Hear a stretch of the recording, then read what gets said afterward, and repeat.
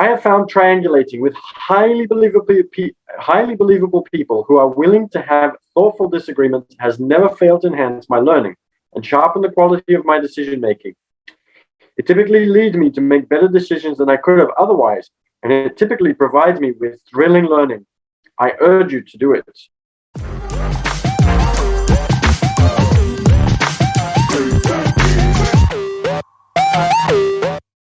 I love technology, but what I love even more is reading. And today we are reading Principles of Ray Dalio. We are quite a way in on this book. So we have been doing extremely well. And I am also looking forward to your thoughts and your messages and everything else, and hopefully being in touch with many of you, because I'd love to know what your thoughts are and what your learnings and takeaways. And hopefully, and I'm assuming it is, because a lot of you come back time and time again. So I'm assuming that a lot of you get a lot out of it. Maybe some motivation in the morning, maybe something to implement throughout the day, something to think about. Always really amazing.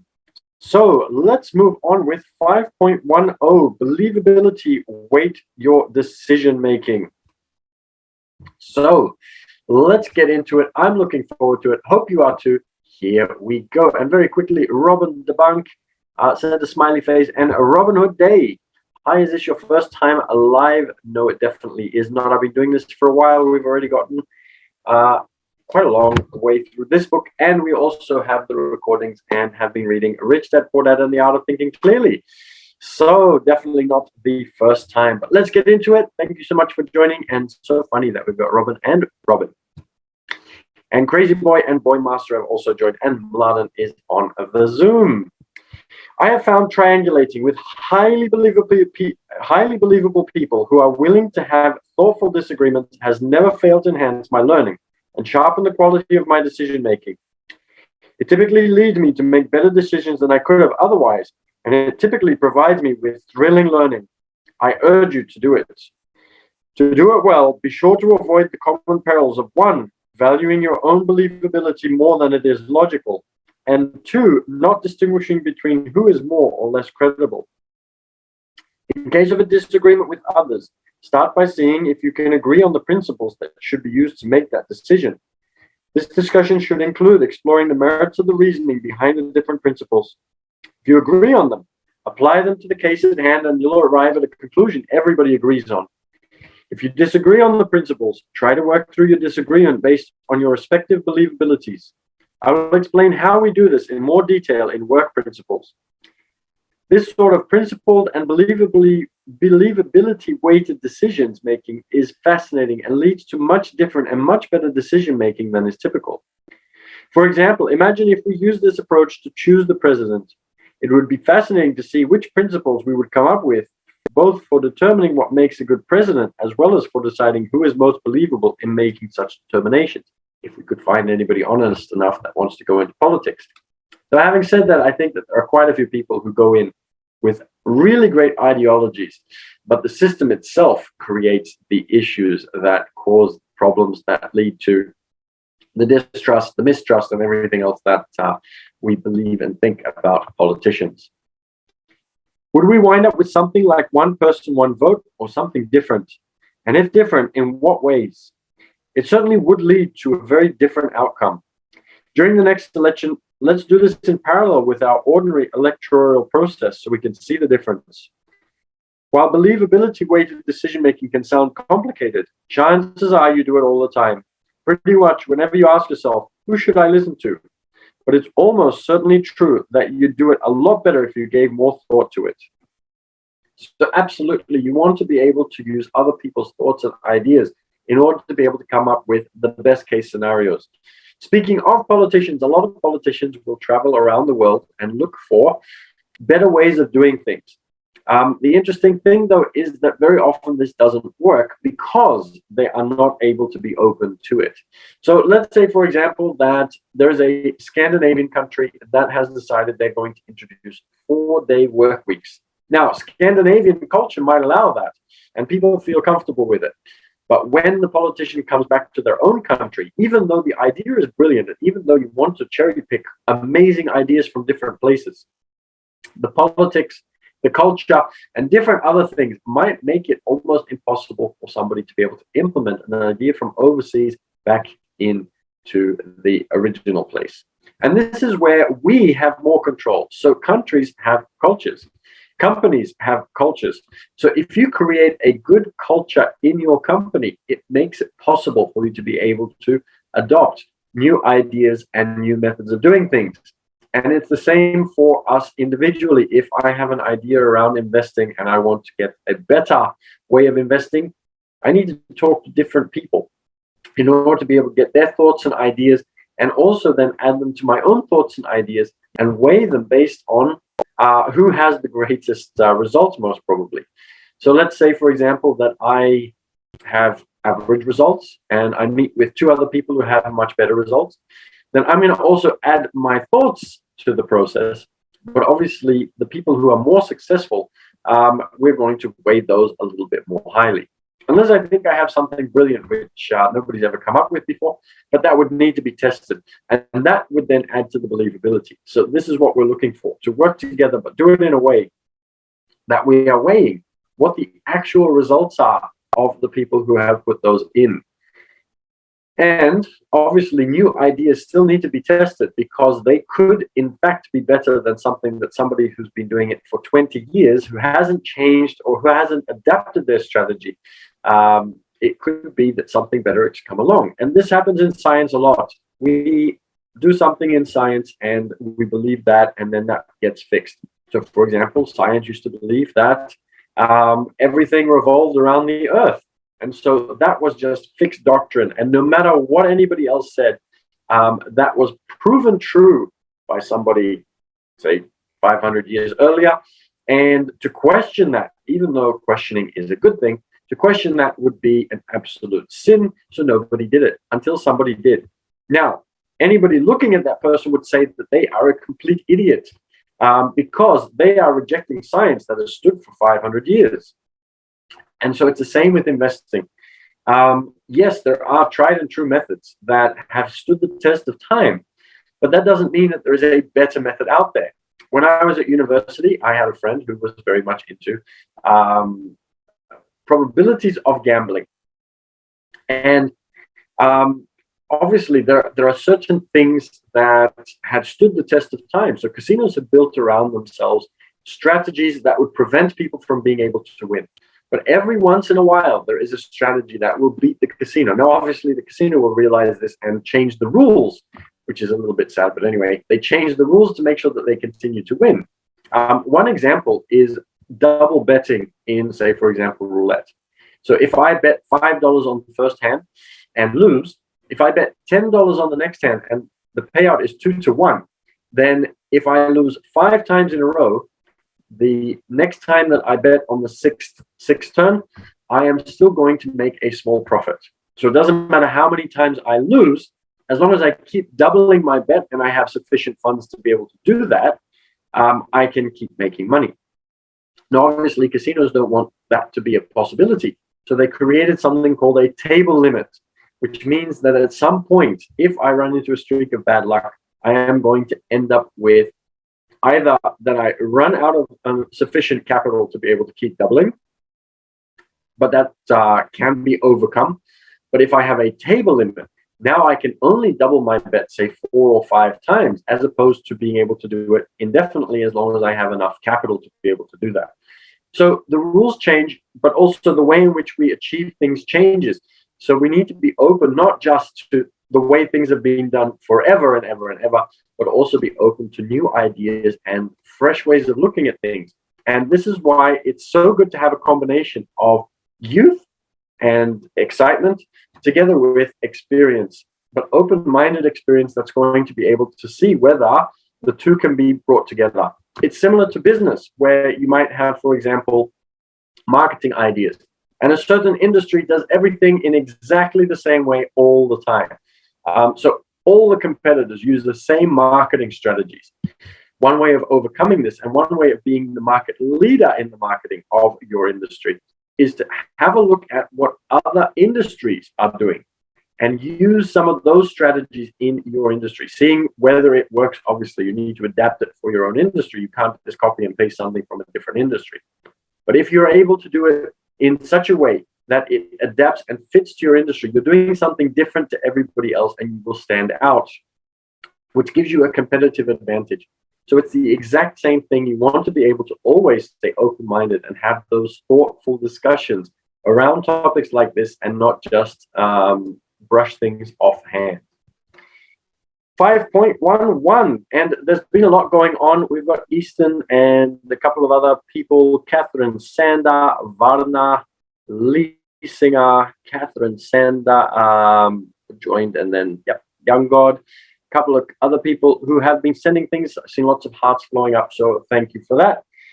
But in the meantime, let's continue with 5.11. Convert your principles into algorithms and have the computer make decisions alongside you. If you can do that, you will take the power of your decision making to a whole other level. In many cases, you will be able to test how that principle would have worked in the past or in various situations that will help you refine it. And in all cases, it will allow you to compound your understanding to a degree that would otherwise be impossible. We'll also take emotion out of the equation. Emotion is one of our biggest enemies when it comes to investing in business and all sorts of different things related to that. So we want to make sure that we can take emotion out of the equation where we can. And technology is a great way of doing that. But we also have a double-edged sword here. So technology can help us by taking away the emotion. But we can also get to the problem areas where we delegate everything to the technology and become the slave to the technology rather than combining our efforts. So we want to remove the emotion, but we still want the human element of being able to rationally look at the data rather than just making a decision without the rationality. Because computers are just going to make a decision regardless of whether it is the right decision or not. So for example, computers are not going to be able to tell you whether the investment that you are looking to invest in is sustainable, or whether it is good for the environment or bad for the environment, or any of those kinds of things. All it can do is, based on the numbers, tell you what the right decision is. So you could be investing in something that you don't stand for, or something that does not work for your morals and ethics. So we need to combine efforts and not just do it one way or the other. Algorithms work just like words in describing what you would like to have done, but they are written in a language that the computer can understand. If you don't know how to speak this language, you should either learn it or have someone close to you who can translate for you. Your children and their peers must learn to speak this language because it will soon be as important or more important than any other language. By developing a partnership with your computer alter ego in which you teach each other and each do what you do best, you will be much more powerful than if you went about your decision making alone. The computer will also be your link to great collective decision making, which is far more powerful than individual decision making, and it will almost certainly advance the evolution of our species. And let me quickly have a look. Yes, we can do a little bit more, but the next part is extremely long. That's okay. So we'll do a little bit more of systemized and computerized decision making. And hello to everybody who has just been joining on Bigo. Lots of amazing new people who have been joining. Thank you so much for being a part of our live stream today, reading Ray Dalio's principles. In the future, artificial intelligence will have a profound impact on how we make decisions in every aspect of our lives, especially when combined with the new era of radical transparency about people that's already upon us. Right now, whether you like it or not, it is easy for anyone to access your digital data to learn a tremendous amount about what you're like. And this data can be fed into computers that do everything from predict what you're likely to buy to what you value in life. While this sounds scary to many people, at Bridgewater we have been combining radical transparency with algorithmic decision-making for more than 30 years and have found that it produces remarkable results. In fact, I believe that it won't be long before this kind of computerized decision-making guides us nearly as much as our brains do now. So the interesting thing around this, to me, is that, yes, we live in times where there is access to things that are scary to many people. So governments have information to us. Companies have information. Companies are able to know when we are pregnant, when we are about to lose our jobs, all sorts of different things that computer algorithms can tell about us. But if we look back 3, 4, 5, 600 years ago, there were other things that were scary back in those days. And so it really is a question of, we live in the time that we live in, and we see the things that are scary to us in our context, but we don't see the things that were scary to other people in their context, because we don't realize that they were on the cusp of the technology of their time, and we are on the cusp of the technology of our time. Now, they all managed to survive, and they found ways of dealing with the new invasions of privacy and the new technologies and everything else that was coming at them. And we too are going to be able to survive. We just need to find out how. If we decide that that is scary to us, then it will be scary to us, and we will find the challenges that it will bring. And if we decide that we are going to find the solutions to them, then what we will do is we will find the solutions to them.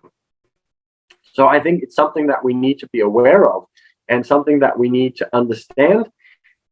Anything that you can understand, you can do something about. Anything that you don't understand, you feel powerless around. This is why racism is very often very prevalent, because when I understand somebody else's culture, I can understand why they do certain things, and I can understand their place in my periphery, in my world.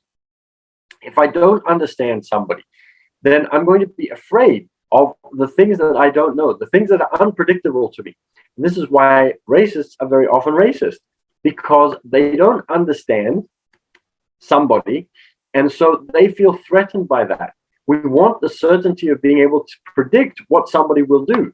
So if I don't know what that person will do, because I don't understand their culture, I don't understand what their motives are, I don't understand, or I don't think I know what they're going to be doing, then I could see that as a potential threat. They might be looking to take my job. They might be looking to do this. They might be looking to do that.